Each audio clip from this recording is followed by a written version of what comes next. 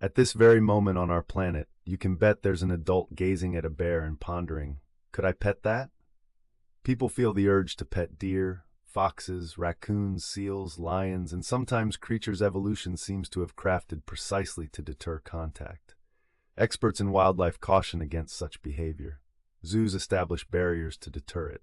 National parks display signs clearly outlining why it's unwise. Yet, year after year, someone encounters a bison the size of a compact car and judges it as friendly. What drives this impulse? Why are humans eager to pet any creature they come across? This curiosity is rooted in a connection that predates human civilization. For the vast span of human history, life was intertwined with all life forms. There were no roads, high-rises, shopping malls, or corporate parks. The earth consisted of flora, fauna, rivers, insects, birds, and whatever might be lurking in nearby grass. Survival hinged on awareness. A hovering vulture indicated a possible food source. Sudden bird quiet could hint at peril. Tracking animals could lead to nourishment, water, or safer havens. Deciphering nature was a crucial survival skill for humans. Over millennia, our brains honed the ability to detect life with incredible proficiency. Humans are so attuned to life that we often perceive it even where it doesn't exist. People name their vehicles, scold malfunctioning gadgets, and excuse themselves to furniture. Present someone with moving dots on a screen, and they'll invent personas and intentions. This one is anxious. That one seems aggressive. Another follows behind. They're merely dots, but your brain is unfazed. For hundreds of millennia, mistaking something inanimate for animate was generally harmless. On the other hand, overlooking something alive was often costly. Hence, evolution nudged us towards attentiveness. However, spotting animals is one thing, wanting to touch them is another. To unravel this, we must consider a concept introduced by biologist E.O. Wilson, the biophilia hypothesis. This theory suggests that humans have an inherent attraction to living things, not because nature is trendy, nor because animals provide amusement, but due to millennia of evolution in natural settings. Our brains are structured to grasp living entities. If true, the inclination to interact with life forms seems logical. What's unusual is existing predominantly amidst concrete, glass, and displays.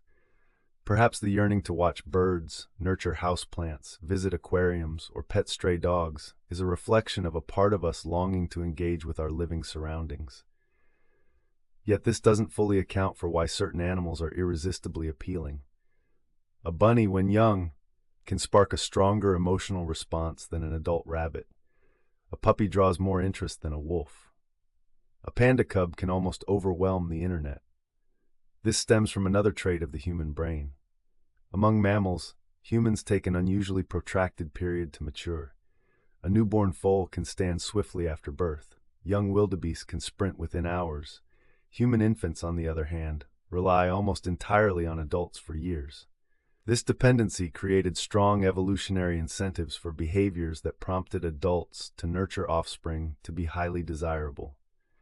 As a result, babies developed features that naturally capture adult attention, such as large eyes, round faces, small noses, and gentle features, known to scientists as the baby schema. These attributes are present across species, puppies, kittens, seals, pandas, triggering our nurturing instincts. Often the reaction is so swift that it feels instinctual. You don't dissect why something is cute, you simply feel it. Once this is understood, many human actions become clearer. A quick look through social media might show a capybara luxuriating in a bath, a rabbit resembling a plump loaf, or an endearing Highland calf that's more plush toy than cow. Millions find themselves wanting to cuddle them. Their minds have already leapt to that conclusion.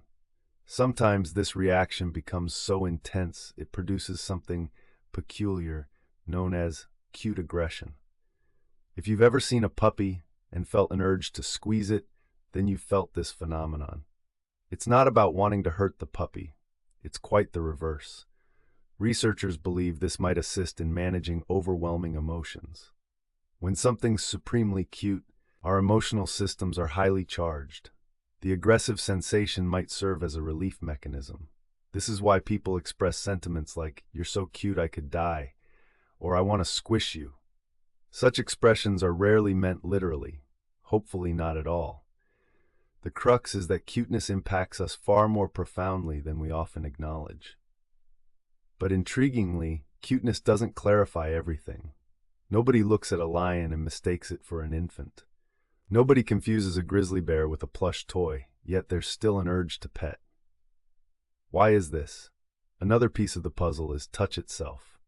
We're an exceptionally social species. Physical contact is pivotal in building trust and nurturing relationships. From handshakes to hugs, touch can alleviate stress and reinforce social connections. This results in humans extending social behavior to non-humans. We converse with pets, mark their birthdays, share our secrets, and ask questions, despite knowing they won't respond. When an animal appears intelligent, expressive, or emotionally relatable, people often stop seeing it as a mere animal and instead as an individual. When this transition occurs, touching it feels natural, a bridge to connection. However, the story's riskiest aspect is yet to unfold: the lion dilemma, the bear threat, the alligator risk, the very reasons for those cautionary signs. Psychologists have long recognized humans' attraction to controlled danger. Roller coasters are nerve-wracking, horror films are chilling, standing on a cliff edge quickens the heartbeat, yet countless individuals pursue these experiences. Why? Because fear and exhilaration share striking similarities. Both boost adrenaline, sharpen focus, and make events memorable. Scientists sometimes label this as sensation-seeking, the quest for fresh, intense experiences. Few things rival the intensity of being close to a mighty wild beast. A lion signifies peril, but at a well-secured zoo, that danger feels tamed. The brain absorbs the excitement without fully integrating the hazard. What results is a peculiar mix of curiosity, admiration, excitement, confidence, and sometimes poor decision-making. This is the reason people undertake seemingly irrational actions. They see not a threat but a chance to approach something remarkable. Sadly, the animal might still consider itself a predator. Another aspect is our tendency to anthropomorphize, to see human traits in the non-human. When a dog looks guilty, we assume guilt. If a cat seems annoyed, we perceive annoyance. When a lion appears calm, some people unconsciously interpret it as friendliness. But these animals are not human counterparts. A lion can appear tranquil moments before acting in true lion fashion. This dissonance between our perceptions of animal intentions and their realities creates complications. Despite this, the urge persists. Humans continue frequenting zoos, aquariums, wildlife sanctuaries, and nature reserves.